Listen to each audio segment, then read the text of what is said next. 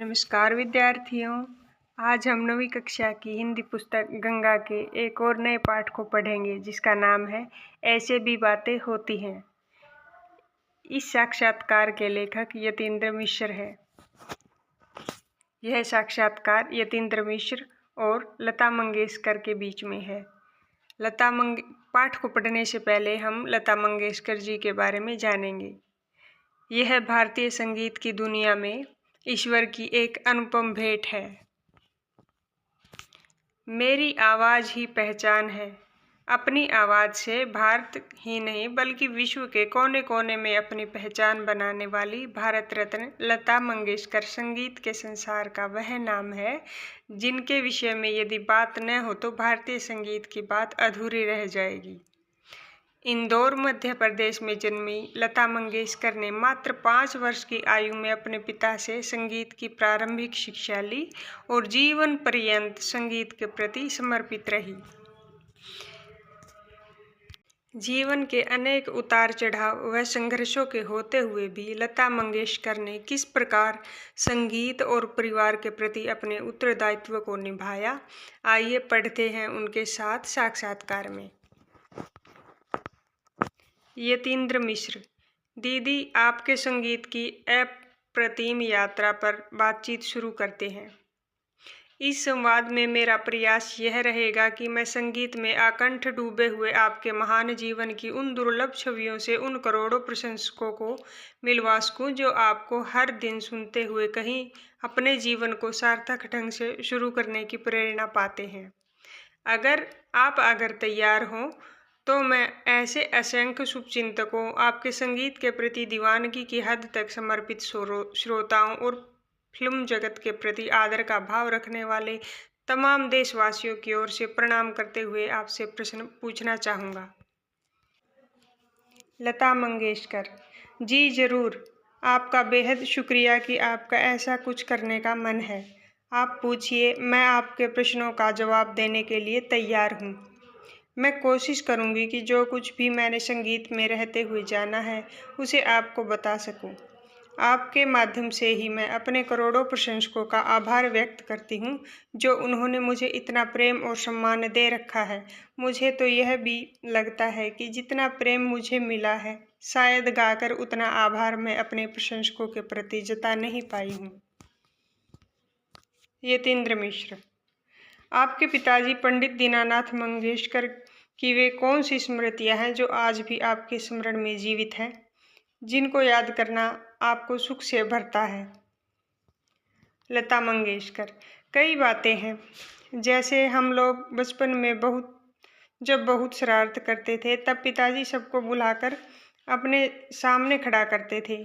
वे बस हमको गंभीरता से देखते थे और इतने में ही हमारा रोना शुरू हो जाता था। मतलब वे कुछ कहते नहीं थे, न ही किसी बात पर डांट पड़ती थी, मगर हम सभी समझ जाते थे कि हमको बुलाया किस लिए गया है। पिताजी उस समय पूछते थे, समझ गए ना? इस पर हम लोग कहते थे, हाँ, हम लोग समझ गए। इसके बाद वे कहते थे कि अच्छा, अब जाओ, बाहर जाकर खेलो। इस तरह हमारे पिताजी का गुस्सा था जो बिना कुछ कहे ही हम भाई बहनों को डरा देता था। मेरे पिताजी कमाल के आदमी थे जिन्हें मैंने हमेशा अपने काम और संगीत में डूबा हुआ ही देखा। उनकी ड्रामा कंपनी के नाटक रात 9 बजे शुरू होते थे और देर रात 2 से 3 बजे तक जाकर समाप्त होते थे। इतनी देर एक नाटक में समय इसलिए लगता था कि एक नाटक के 5 अंक होते थे। फिर उसमें लंबी लंबी रागधारी वाले गायन की भी परंपरा थी। एक बार देखिए बच्चों, यहाँ पर रागदारी शब्द का अर्थ है ठीक ढंग से राग गाने की प्रक्रिया। एक बार पिताजी जब गाना शुरू करते थे तो खूब सीटियाँ, तालियाँ और वंस मोर मिलता था। बाबा माइक पर थोड़ी तेज आवाज़ में गाते थे जो सुनने पर बहुत अच्छा लगता था। मेरे पिताजी की एक बड़ी विशेषता यह थी कि वे एक राग को गाते हुए उसमें सुर बदलकर भी अपना गायन करते थे। मतलब एक राग गाते समय किसी भी सुर को षड्ज बनाकर इस तरह राग को बदल देते थे कि वह कुछ नया हो जाता था और फिर उसी समय नए राग में गाते हुए दोबारा से पहले राग और उसके सुर में वापस लौट आते थे। उस समय म्यूजिकल ड्रामा का बहुत चलन था। हमारे यहाँ कभी भी बिना म्यूजिक के कोई ड्रामा हुआ ही नहीं। एक नई बात मेरे पिताजी के नाटकों में यह भी थी कि वे पहली बार मराठी रंगमंच में कर्नाटक और पंजाब का संगीत लेकर आए। मतलब उन्होंने बकायदा कर्नाटक जाकर वहाँ का कुछ गीत और संगीत सीखा था, जिसे अपने नाटकों में डाला। मुझे यह भी याद है कि जिस दिन कोई ड्रामा नहीं होता था उस दिन घर में संगीत की सभा होती थी और बहुत सारे लोग हमारे घर आते थे। फिर वे उसमें नाटक का कोई गीत नहीं गाते थे, बल्कि उस दिन सिर्फ शास्त्रीय संगीत होता था। मेरे पिताजी के गाए हुए शास्त्रीय संगीत के कई रिकॉर्ड MHV से रिलीज हुए हैं और जहाँ तक मुझे याद पड़ता है कि एक रिकॉर्ड उन्होंने राग जय जयवंती का भी बनाया था, जिसे मेगाफोन कंपनी ने बाजार में उतारा। यतीन्द्र मिश्र, पिताजी से संगीत के अलावा आपने क्या क्या और सीखा? लता मंगेशकर, सबसे ज़्यादा तो स्वाभिमान से जीने की प्रेरणा। उन्होंने जो संस्कार दिए उससे जिंदगी में सही बातों पर खड़ा रहने की हिम्मत मिली। आज मुझे यह बात की खुशी है कि मैंने किसी से यह नहीं कहा कि आप मुझे 500 रुपये दीजिए, फलां चीज़ ला दीजिए, मुझे उसकी ज़रूरत है। इस तरह जो चीज़ मैं कर पाई उसमें मैं अपने बाबा का संस्कार मानती हूँ। मैंने पिताजी में यह बात देखी थी कि हर हालात में कैसे रहना चाहिए। यह मेरे पिताजी ने ही मुझे सिखाया था कि अगर कोई बात तुम्हें सही लगती है तो उसे करो और किसी के आगे झुकने की ज़रूरत नहीं है। इस तरह जब मैं याद करती हूँ तो लगता है कि बाबा ऐसा कहते थे, बाबा ने यह कहा था, बाबा ने उस समय में इस तरह कोई निर्णय लिया था। यह सब मेरे बड़े काम आया है। हमने हर तरह के दिन देखे थे। पिताजी की कंपनी जब अच्छी चलती थी तो हम सब लोग बड़े शान से रहते थे। फिर पिताजी के निधन के बाद हमें यह भी देखना पड़ा कि बुरे हालात में कैसे जीना है। मेरी माँ का भी वही संस्कार था कि कैसे भी स्वाभिमान के साथ जी लेना है, मगर किसी के आगे जाकर हाथ नहीं पसारना है। और देखिए ये सब बातें मेरे कितने काम आई हैं। आज मेरे पास पैसे हैं और नाम है। हम आज जहाँ रहते हैं वह भले ही इतना छोटा सा घर है, पर उसमें हम लोग बहुत खुश हैं। इस बात के लिए भी ईश्वर को धन्यवाद करते हैं कि बाबा ने जैसा सिखाया था उस पर हम सभी भाई बहनों ने चलने का प्रयास किया। यतीन्द्र मिश्र, बचपन में आप सभी भाई बहनों फिल्म देख कर उनकी नकल उतारते थे। किसी खास फिल्म को देखकर उसकी नकल का स्मरण करेंगी? लता मंगेशकर हंसते हुए, अरे यह तो हम सब भाई बहन बहुत करते थे। फिल्में ही थी जो मनोरंजन का एक ऐसा माध्यम थी जिनको देखकर बच्चे अपने ढंग से कुछ कुछ करते रहते थे। मुझे याद है कि प्रभात फिल्म कंपनी की एक पिक्चर थी संत तुकाराम। फिल्म में दिखाया गया था कि तुकाराम सदेह वैकुंठ जाते हैं और उन्हें लेने ईश्वर का विमान आता है। वे यह गीत गाते हुए स्वर्ग जाते हैं, अम्मी जातो अमचा गावा, अमचा राम राम ध्यावा। मैं अपने गांव जा रहा हूँ, सभी लोग मेरा राम राम ले लीजिए। हम कमरे में घर भर के गद्दे तकिए एक के ऊपर एक रखकर ऊंचा स्वर बनाते थे, जिस पर चढ़कर मैं बैठती थी और वहीं से यह गीत गाती थी। नीचे कमरे में मीना, मेरा फूफा का बेटा पंडरीनाथ और आशा, ये तीनों तुकाराम के अनुयायी बनकर रोते थे। यहाँ पर अनुयायी शब्द का मतलब है पीछे चलने वाले, और कहते थे हमें भी साथ ले लीजिए, हमें भी साथ ले लीजिए। खिलखिलाकर हंसती है। उस समय उषा बहुत छोटी थी, इसलिए वह इन नाटकों में नहीं रहती थी, तो यह सब होता था। हम बहुत सारी फिल्मों की नकल उतारते थे जिनमें धार्मिक फिल्में ज़्यादा होती थी, क्योंकि पिताजी धार्मिक और देशभक्त की फिल्मों के अलावा दूसरी फिल्में नहीं देखने देते थे। उनका सख्त अनुशासन था और यह सब काम चोरी चोरी तब होता था जब पिताजी घर के बाहर हों और यह जान न पाएं कि घर में फिल्मों का खेल खेला जा रहा है। यतीन्द्र मिश्र, अगर किसी फिल्म में आपको अभिनय करने को कहा जाता तो वह कौन सी फिल्म होती जिसमें आप काम करना पसंद करती? लता मंगेशकर। नहीं, मैंने शुरू में तो फिल्मों में काम ही किया था और कुछ 6 या 7 फिल्मों में किया था। मैं बहुत छोटी थी उस समय जब फिल्मों की दुनिया में अभिनय के मार्फत ही हुई। यहाँ पर मार्फत शब्द का अर्थ है माध्यम या ज्ञान। मुझे कभी अच्छा नहीं लगा मेकअप करना, लाइट के सामने जाना और काफ़ी लोग खड़े हैं तो उनके सामने कभी रो रहे हैं और कभी हंस रहे हैं, गा भी रहे हैं, मुझे वह कभी अच्छा नहीं लगा। अच्छी फिल्मों को देखकर सराहने का जी जरूर करता है, मगर अभिनय करने के बारे में तो सोच भी नहीं सकती। एक फिल्म हमारे यहाँ हिंदी और मराठी दोनों में बनी थी, छत्रपति शिवाजी। उसमें भालजी पेंडारकर थे जिन्हें मैं बाबा कहती थी। मैं उनके पास गई। हालांकि उस वक्त तक मैंने अभिनय का काम छोड़ दिया था। मैंने उनसे खुद कहा, बाबा मैं चाहती हूँ कि इस फिल्म का आखिरी जो गाना है उसमें 2 लाइनें मैं भी आकर गाऊं। तो फिर मैंने उसके हिंदी और मराठी दोनों ही संस्करणों में बाद की 2 पंक्तियां गाई हैं, जिन दृश्यों में मैं मौजूद भी हूँ।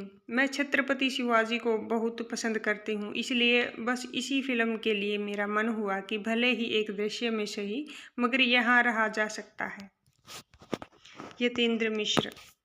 उस दौर में आपके काम की परिस्थितियाँ कैसी थी? क्या वे आपके हिसाब से धीरे धीरे अनुकूल होती गई अथवा वैसे ही हमेशा की तरह एक चुनौती का सबब बनी रही जैसे कि वे संघर्ष के दिनों में थी? विद्यार्थियों, यहाँ पर सबब शब्द का अर्थ है कारण। लता मंगेशकर।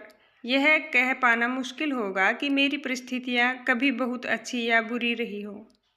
मैं इन सब बातों पर ध्यान नहीं देती थी। अलबत्ता मैं उस ज़माने से लेकर बाद तक के बहुत मेहनत से अपने काम करती थी। यहाँ पर अलबत्ता शब्द से अर्थ है निसंदेह। मुझे याद है कि मेरी रिकॉर्डिंग सुबह से रात तक चलती रहती थी। एक स्टूडियो से दूसरे और तीसरे स्टूडियो के चक्कर में ही पूरा दिन बीत जाता था।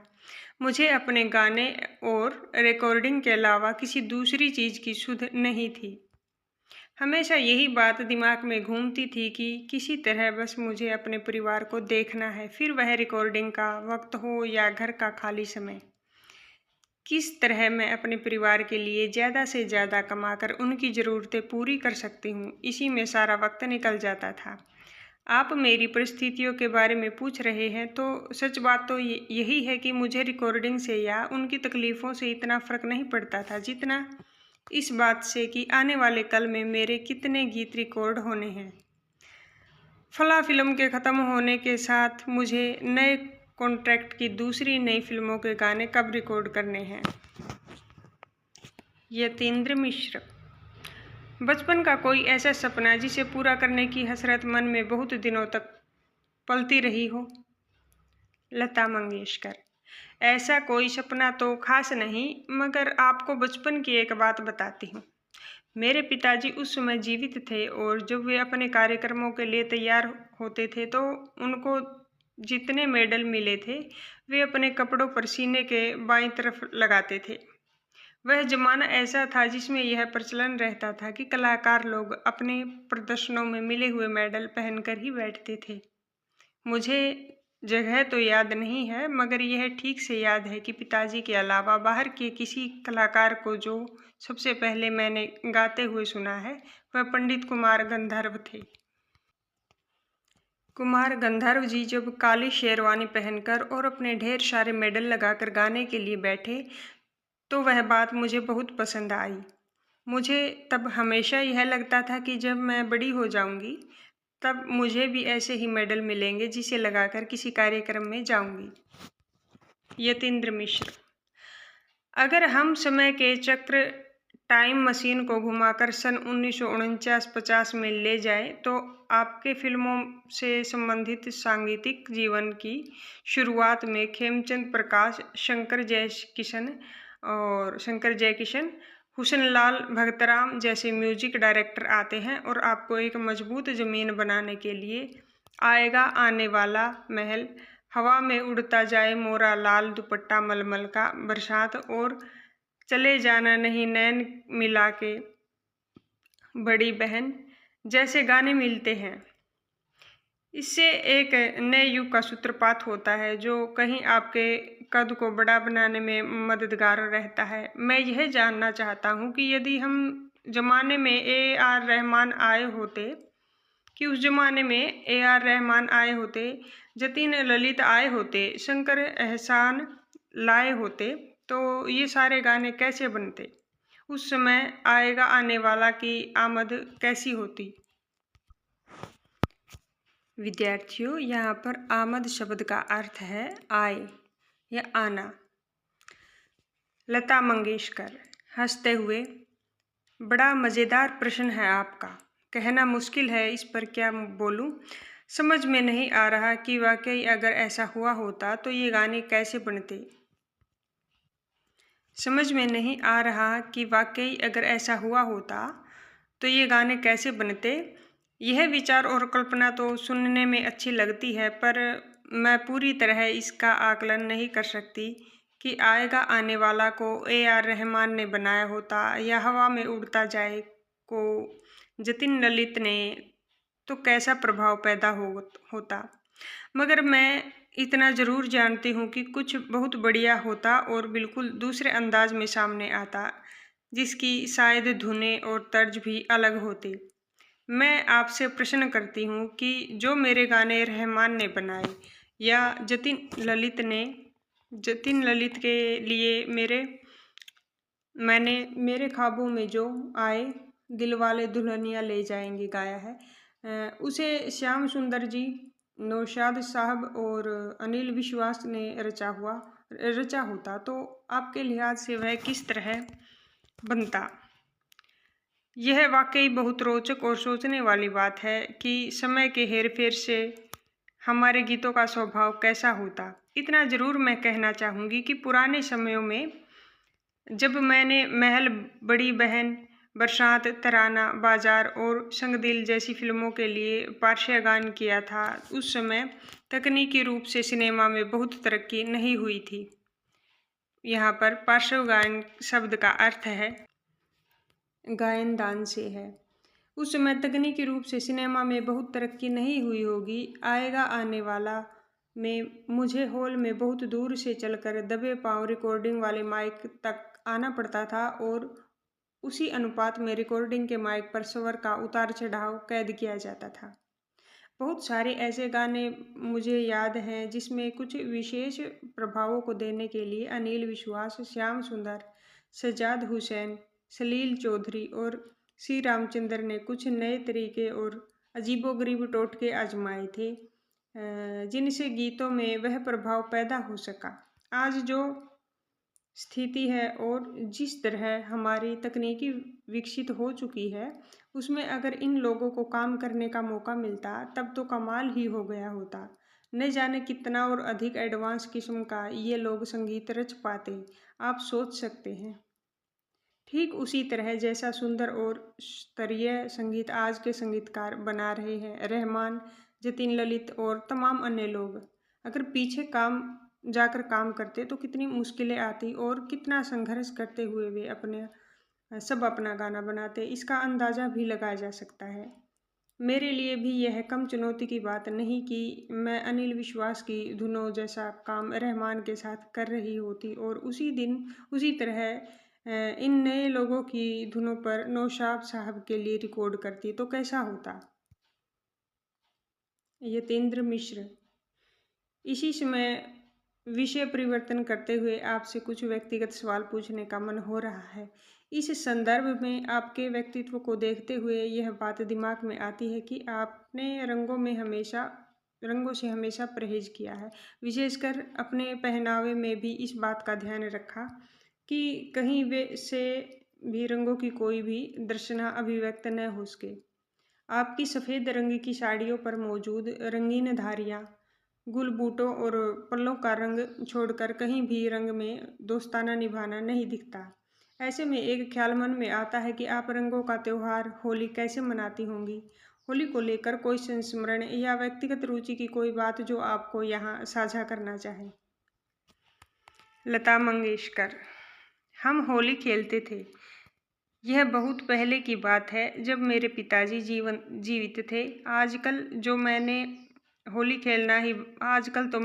खेलना ही बंद कर दिया है। पहले सारा दिन रंग खेलना और भीगना और बाद में जाकर देर शाम तक नहाना, अब यह सब सालों में से अच्छा नहीं लगता है। यह जो होली पूरे देश में प्रचलित है, हम उसे होली की तरह नहीं मानते थे। मेरा मतलब यह है कि होली के एक दिन पहले जब होली जलाते हैं और उस समय होलिका की पूजा होती है, उसमें जो प्रसाद चढ़ाया जाता है, उन तमाम तरह की मिठाइयों को होलिका में डालते हैं। नारियल भी होलिका में आखिरी में जलाया जाता है, जिसे जल जाने के बाद आग से निकालकर उसे तोड़कर प्रसाद लेते हैं। वह जो राख बनती है उसे उठाकर दूसरे दिन एक दूसरे पर डालते हैं। इसे हम लोग गुड़वड़ कहते हैं। होली के बाद 5वें दिन रंग पंचमी आती है।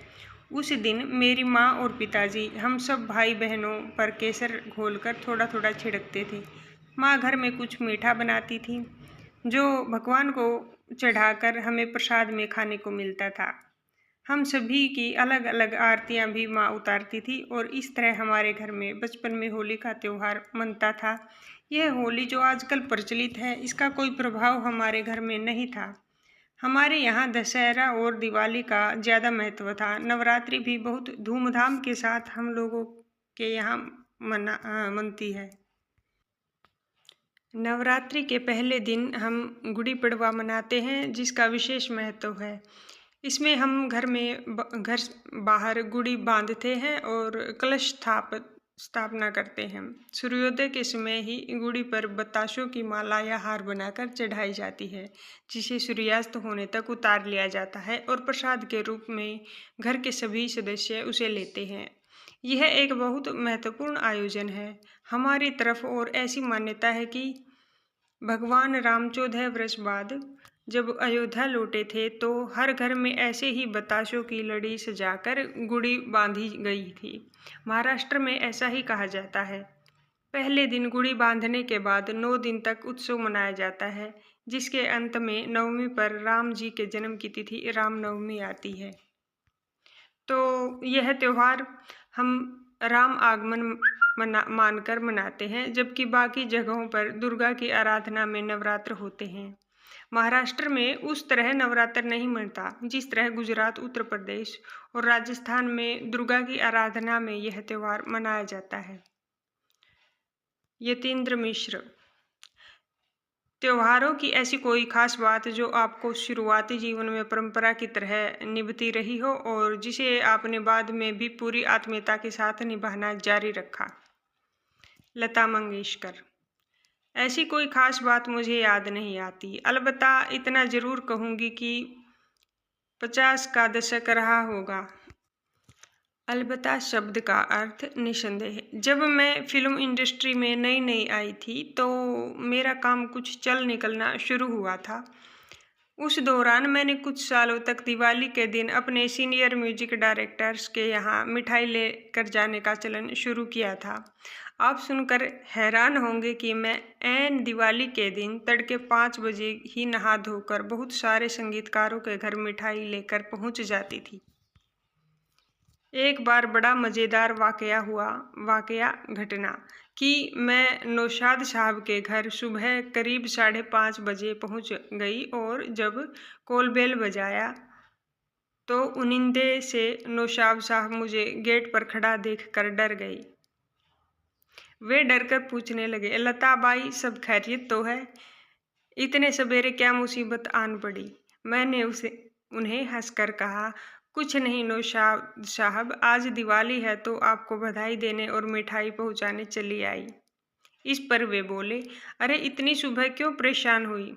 तब मैंने उनको हंसते हुए जवाब दिया कि नौशाद साहब, आपके अलावा मुझे अभी 2-3 जगह अनिल विश्वास जी, रोशनलाल, मदन भैया और बर्मन दादा के यहाँ भी जाना है। इस पर वे लाड से भरकर बोले, हाँ मैं बिल्कुल भूल गया, लेकिन पहले बैठो, चाय पियो और मुँह मीठा करो, फिर जाने देंगे। फिर बोले, लता तुम हम सबको मिठाई बांट रही हो, लेकिन हम सारे संगीतकारों को मिलकर तो तुम्हें मिठाई खिलानी चाहिए, जो तुमने हमारी धुनों में इतनी मिठास घोली है।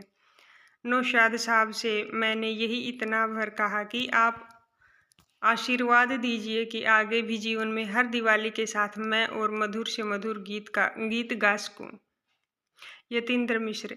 त्योहारों के संदर्भ में एक बात और ध्यान में आती है कि अधिकांश प्रदेशों में पर्वों और अनुष्ठानों से संदर्भित घर घर गीत गाए जाने का प्रचलन रहा है।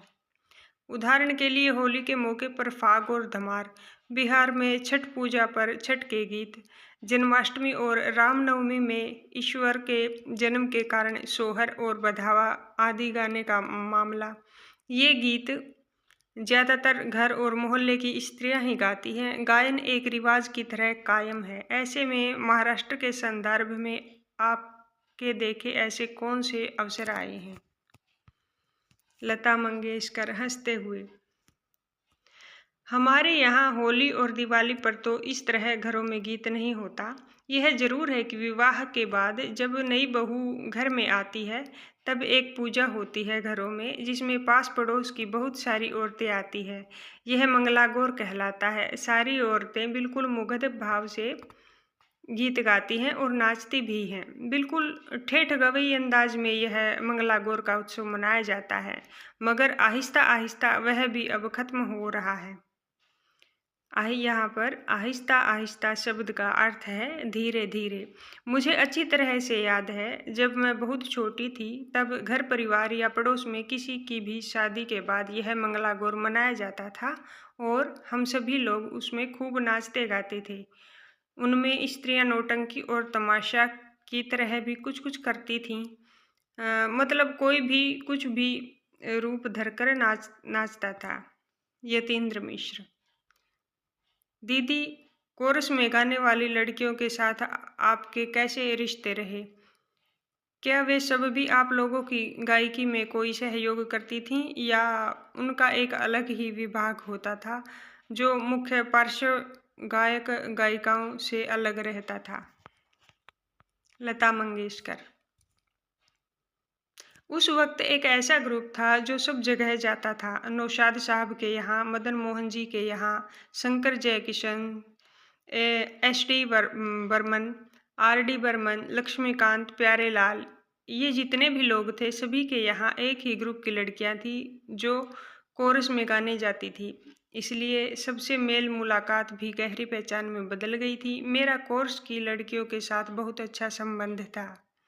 मतलब जितनी भी लड़कियां थी वो बिल्कुल मेरे घर जैसी थी। सबका ही घर में आना जाना होता था।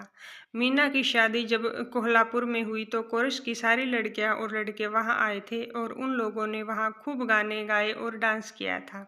जहाँ तक मुझे याद पड़ता है, सन 1960 में जो ग्रुप कोरस गाने वालों का हमें मिला था वह लगभग 80 तक वैसे ही चला है। 1980 के पास जाकर वह बदल गया। फिर उनमें कुछ लड़कियों ने गाना बंद कर दिया था और कुछ लोगों ने छोड़ दिया। फिर 80 के बाद तो यह भी हो गया था कि कोरस वालों का म्यूजिक पहले रिकॉर्ड हो जाता था, बाद में हम लोग जाकर अपने गाने गा आते थे। उससे पहले के दौर में पुरुष और स्त्री आवाज़ों के कोर्स हम लोगों के गीतों के साथ ही रिकॉर्ड होते थे, भले ही वह गाना डुएट हो या फिर कोई सोलो सॉन्ग।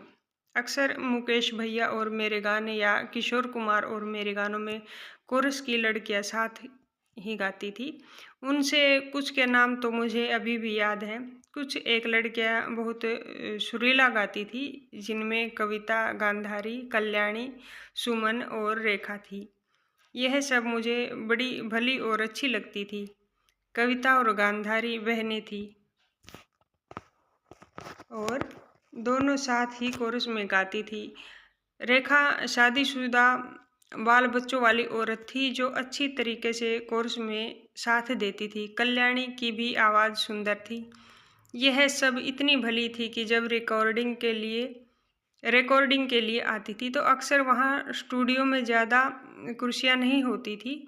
वे सब बड़े मेज़ से ज़मीन पर बैठती थी, बड़े मज़े से ज़मीन पर बैठती थी और अक्सर मैं भी रिकॉर्डिंग में आकर वहीं ज़मीन पर बैठकर उन सभी के साथ बातें करती थी। यह मैं उन कोरस गाने वाली लड़कियों की बात कर रही हूँ जो बहुत शुरुआती दौर में लगभग 50 और 60 के दशक में संगीतकारों के यहाँ कोरस गाने के लिए जाती रही हैं।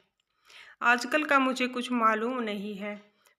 अब कौन कौन से लोग हैं और उनका सिंगर्स के साथ में गाना रिकॉर्ड होता है या अलग से, यह मुझे मालूम नहीं है। मुझसे मिलने वाले जितने लड़के और लड़कियां थी उन सब ने बहुत बाद तक संपर्क बनाया हुआ था। यतीन्द्र मिश्र। संगीत की प्राचीन परंपरा में बहुत सारी जनश्रुतियाँ और कहानियाँ संगीत को गरिमा और शिखर देने के संदर्भ में कही जाती रही हैं, या हम सब इस तरह कह सकते हैं कि परंपरा में व्याप्त रही हैं। मसलन स्वामी हरिदास और तानसेन के युग की बहुत सारी कथाओं में यह मान्यताएं भी प्रचलित रही हैं कि तानसेन के दीपक राग गाने से दिए जल उठे, या कि उनकी पुत्रियों तानारीरी के मेघ राग गाने से वर्षा होने लगी। इस तरह की अवधारणाओं पर आप किस तरह सोचती हैं? लता मंगेशकर। यह जिस जमाने की कथाएं हैं जिनमें हरिदास बाबा और तानसेन जैसे महान संगीतकारों के लिए ऐसा कहा गया है, तो हो सकता है कि उनकी कला में कोई सच्चा सुर या आत्मा की आवाज़ लगी होगी, तो ऐसा कुछ घट गया होगा। ऐसा हम आदर में मान लेते हैं, परंतु यह निश्चित ही हुआ होगा, यह कम से कम मैं नहीं कह सकती, क्योंकि ऐसा मेरा कोई अनुभव नहीं है। हालांकि मैं यह मानती हूँ कि संगीत में वह असीम शक्ति है कि कुछ अप्रत्याशित वह जरूर रच देता है, जिसका अनुभव भी कई बार हमें हुआ है। कई बार अपने बाबा पंडित दीनानाथ मंगेशकर को सुनते हुए भी मैं कुछ अप्रत्याशित अनुभव करती थी। आपको एक वाकया बताती हूँ। वाकया शब्द का अर्थ है घटना। मैं मुंबई में उस्ताद अली अकबर खां और पंडित रविशंकर का एक कंसर्ट सुन रही थी। मैं श्रोताओं की पंक्ति में बिल्कुल आगे बैठी अली अकबर भाई का वादन सुन रही थी और वे अत्यंत मंत्रमुग्ध किस्म का वादन कर रहे थे। तभी कुछ समय बीता होगा, मसलन 50-60 मिनट की। यहाँ पर मसलन शब्द का अर्थ है मुश्किल से, कि ठंड से उनके शरोध का एक तार टूटा और उन्हें बजाना बंद करना पड़ा। जब वे उठकर पीछे ग्रीन रूम में गए तो उनसे मिलने मैं भी वहाँ गई। मैंने बोला, आप बहुत सुंदर बजा रहे थे, काश कि यह तार न टूटता और हम पूरी तरह राग को अंत तक सुन पाते। इस पर अली अकबर भाई ने एक बड़ी मार्मिक बात कही जो आज तक मुझे भूलती नहीं। वे बोले, बहन, जब बहुत सुर में तार लगता है तो टूट जाता है। उन्होंने अपने सुर को इतने पवित्र भाव से इतना डूबकर लगाया कि स्रोत का तार टूट गया। इस प्रसंग से मुझे यह लगता है कि संगीत की सीमा इतनी अनंत है कि तार भी शुद्ध स्वर के आघात को सह नहीं पाता, टूटकर अलग हो जाता है। जब उस्ताद अली अकबर खां या पंडित रविशंकर के संदर्भ में इन बातों को सोचती हूँ तो इस बात पर विश्वास करने का मन होता है कि हो सकता है कि मियाँ तानसेन से कोई ऐसा सच्चा सुर जरूर लगा होगा कि बारिश हो गई या दीपक जल उठे। यतीन्द्र मिश्र। दीदी, आप तो घर घर में व्याप्त हैं, आपकी आवाज़ से लोगों की सुबह होती है। अगर मैं अतिरेक नहीं कर रहा तो यह कहना वाजिब है कि आप अमर हैं और दूसरी लता मंगेशकर होना इस दुनिया में संभव नहीं है। लता मंगेशकर। मुझे भगवान ने बहुत कुछ दिया है, मुझे किसी बात की शिकायत नहीं है, मैं बहुत खुश हूँ। आप जैसे लोग अगर यह मानते हैं कि मैं अमर हूँ तो यह मुझे मिलने वाले उस प्यार जैसा ही है जो दुनिया ने मुझे दिया है। मेरा गाना अमर है, पर शरीर तो अमर नहीं, उसे तो जाना ही है, आज नहीं तो कल, कल नहीं तो परसों, या किसी न किसी दिन। इस बात पर मुझे कोई अफसोस नहीं होता, वह तो होकर रहेगा। हमारे यहाँ यही कहा जाता है, गाँव गेला वाहुन नाव गेला राहुन। मतलब गाँव तो बह जाता है लेकिन जो नाम है वह रह जाता है। मैं इसको हमेशा से मानती रही हूँ। एक बात की मुझे सबसे ज़्यादा खुशी है कि मैंने अपने पिताजी का नाम थोड़ा ही सही मगर आगे बढ़ाया। आज मुझे लगता है कि हे प्रभु, तुमने जो भी दिया वह बहुत दिया, दूसरों से कहीं ज़्यादा दिया। अपनी कृपा की छाया से जैसे मुझे छाह दी, वैसे ही हर एक कलाकार और नेक इंसानों के ऊपर भी रखना। यही प्रार्थना है।